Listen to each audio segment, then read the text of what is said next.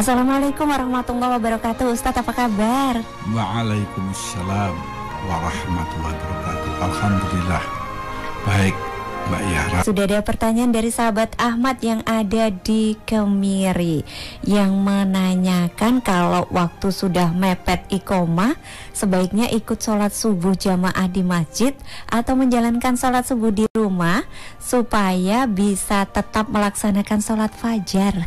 Dari sahabat Ahmad di Kemiri, gimana nih Ustadz? Terima kasih saudara Ahmad. Sebuah pilihan yang mungkin menjadi sebuah kegelisahan tersendiri. Jadi pilihan kalau sholat di rumah itu bisa sholat fajar, qobliyah. Kalau datang ke masjid dia bisa berjamaah, namun tidak bisa qobliyah. Pilih yang mana? Ya mudah bilang ya pilih semua saja. Lah memang bagus semua. Iya, bagus semua. Karena apa? Sholat fajar itu pahalanya lebih bagus dunia beserta isinya.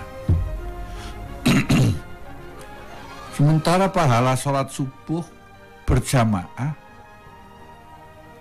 seperti orang sholat sunnah semalam suntuk. Kan harus dua-duanya. Iya, harus dapat semuanya ya Ustadz. Iya. Maka saya tidak akan menjawab pilih yang mana. Saya jawabnya pilih semua.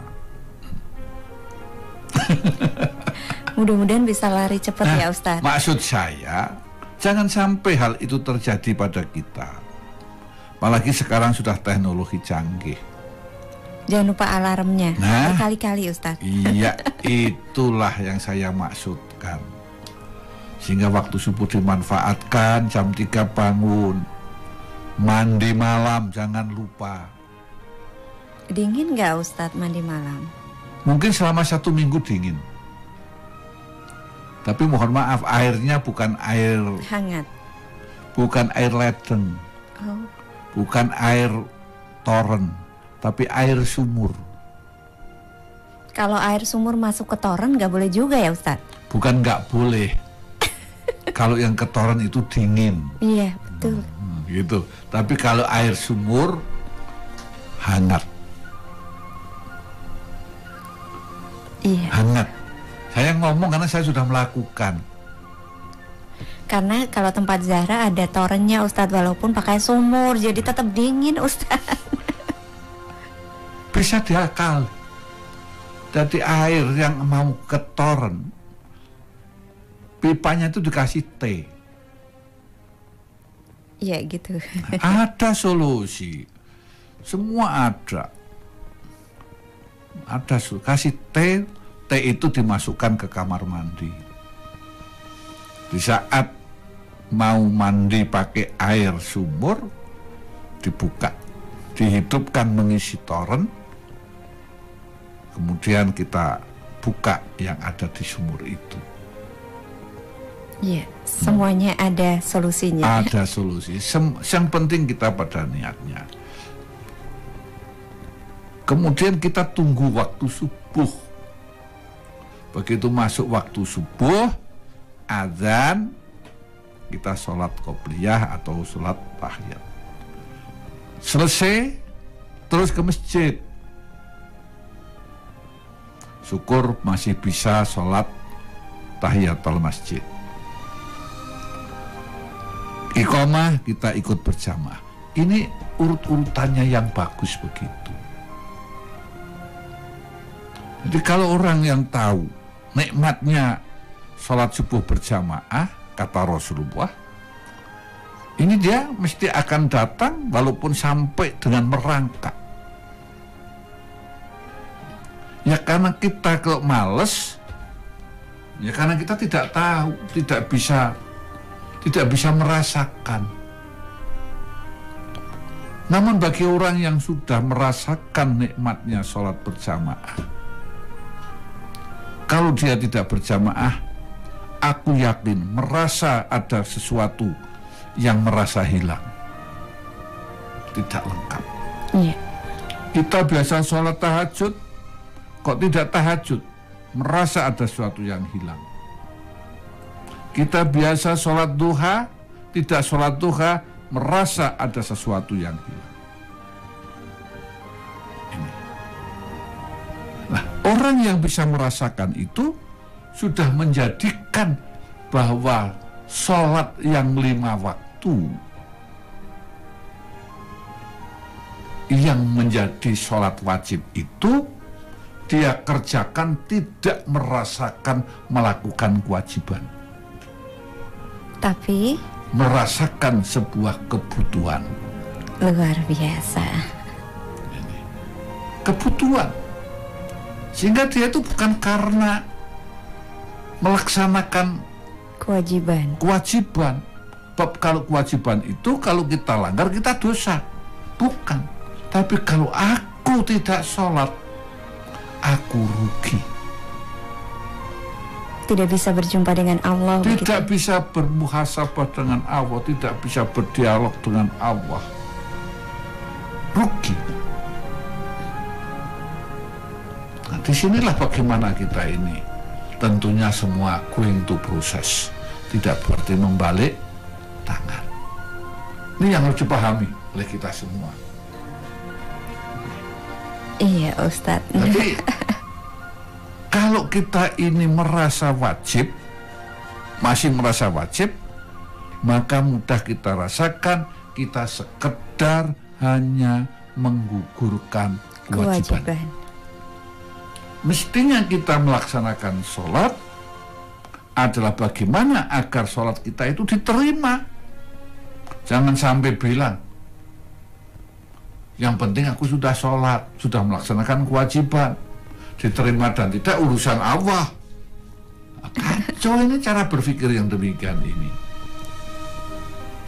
Dan kebanyakan kita masih berpikirnya seperti itu ya Ustadz ya.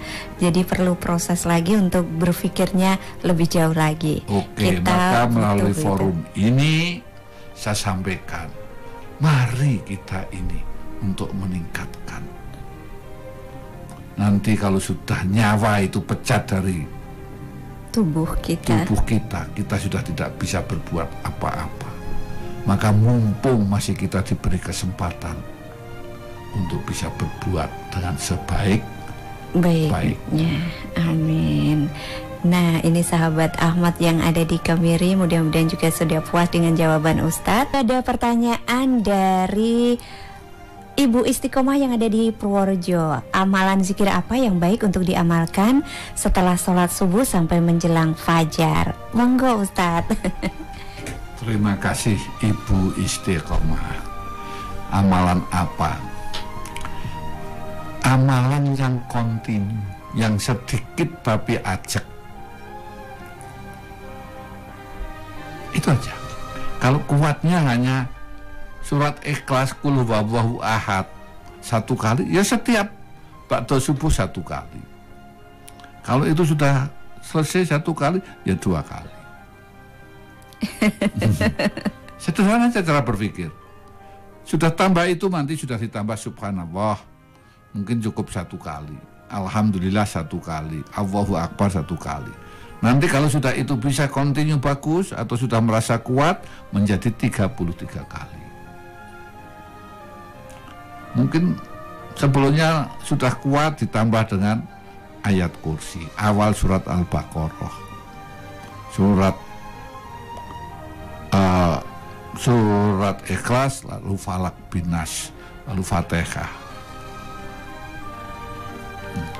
Pada prinsipnya yang penting beramal itu adalah yang rutin.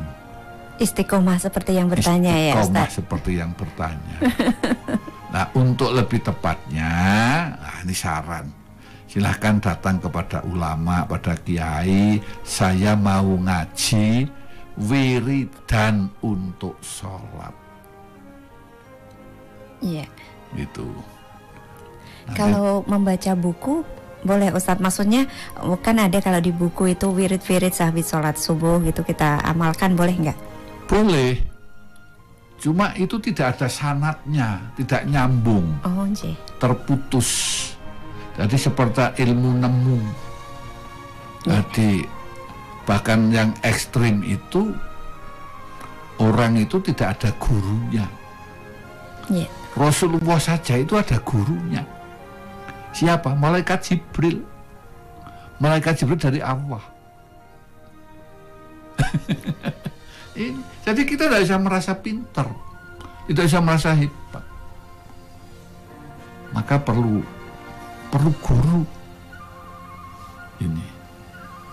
Jadi bukan sekedar pinternya saja, tapi bagaimana ilmu yang kita terima ini adalah ilmu yang tidak hanya manfaat tapi barokah.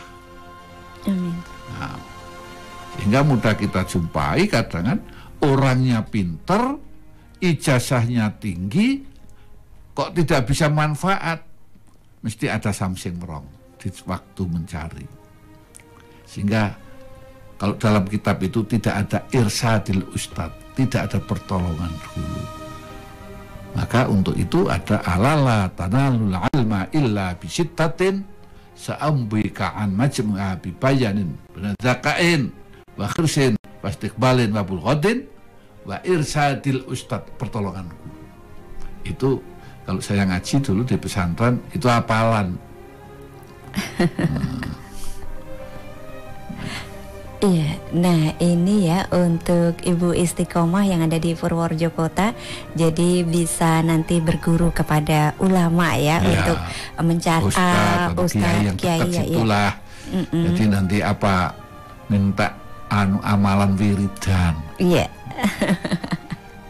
Nah, ini mudah-mudahan Ibu Istiqomah ini juga sudah puas dengan jawaban Ustadz Rahmat Shatibi ya. Subhanakallahumma wa bihamdika asyhadu an la ilaha illa anta astaghfiruka wa atubu ilaik. Maha suci Engkau ya Allah dan segala puji bagimu. Aku bersaksi bahwa tiada Tuhan melainkan Engkau.